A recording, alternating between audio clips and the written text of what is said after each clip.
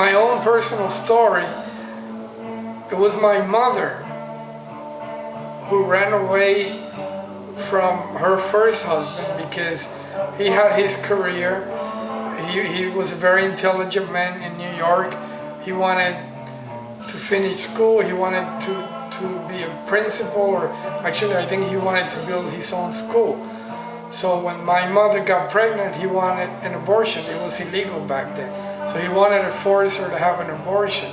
So my mother ran away to save my sister, my older sister. So that's how the abortion issue came into my family the first time. My mother ran away from her first husband to save my baby sister. That was motherly instinct. After a couple of years, somehow she lost that motherly instinct. Because after a couple of years, I was going to be born. But she was heartbroken because her second husband, they fought all the time. And after a year, they were going to get a divorce. So she decided she didn't want to have any more children with him. So she went to the doctor. This is what my family told me. She told me personally at one point. The doctor saw me, knew that she was pregnant, but didn't tell her because he was afraid, because of her state of mind, that she might do something, which he was perfectly right. Well, after she was 5 months pregnant, she finally realized she was pregnant. She didn't want to have me. She wanted to get rid of me, and she wanted to have an abortion. It was illegal in 1959. So when she went to get an abortion, she scheduled the abortion. I was fortunate enough, and she was fortunate enough, that the doctor was arrested the very same day she went to get an abortion. So here I am. I'm alive. Good to go. Thank God. And at least in her mind, she never had to suffer the rest of her life knowing that she killed the baby, because a lot of women, after they do it, they regret it and they suffer the rest of her life. So abortion being illegal saved my life, and I'm very happy to be here. I don't care if I was an unwanted child. I'm very happy to be here. I'm very happy. I don't think anybody should decide because a child is unwanted that he should be killed. That should never even be discussed. A child comes to life, nobody knows what his life is going to be, and nobody has the right to kill. Now, don't give me this bull crap about, well, we don't know if he was going to be a serial killer or Hitler. That's the biggest bull crap I have ever heard in my life. So we go to a hospital and we see 20 babies, and well, we don't know who's going to be a serial killer, so we wipe them out. Is that the philosophy behind that? That's pure stupidity, okay?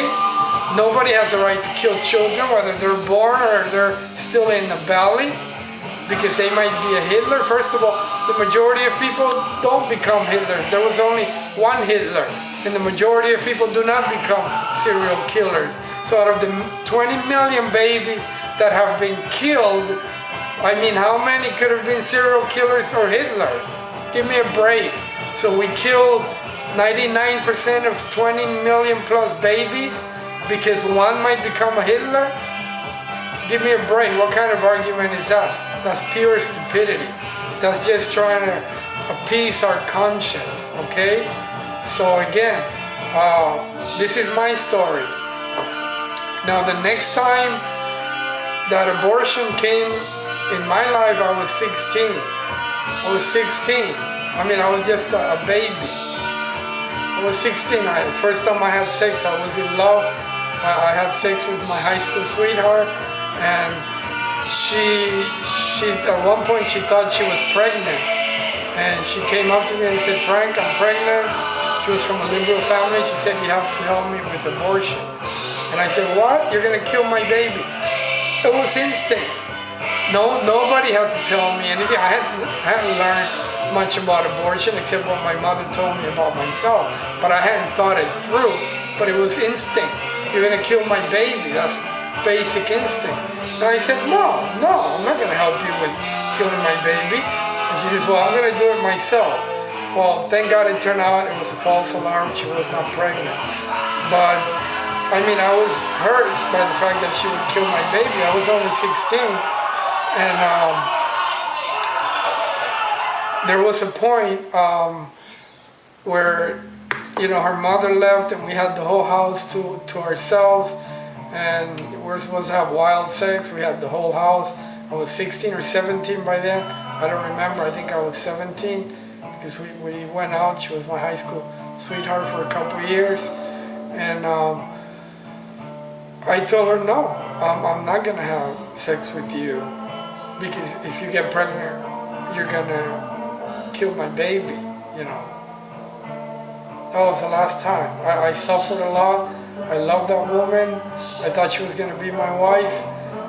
But she got so angry because I told her that. She didn't want to talk to me. I cried like a baby on the phone. But instinct told me that was wrong, to kill a baby. Well, that's my story. That's my abortion story, okay? Now you can see why I might have a personal, you know, might be involved personally with this. I have my own story. 3 times in my life, the issue came up. And I understand the subject very well. I've thought about it for over 30 years. And now, it's the only time that I've decided. I've had this paper for 20 years. Wrote it, just never could do anything, you know? But nobody stands for babies that are being killed in the womb. So I decided it was time, as unworthy as I am, that somebody did. So I am the dark night of those that cry in the dark and cry in silence.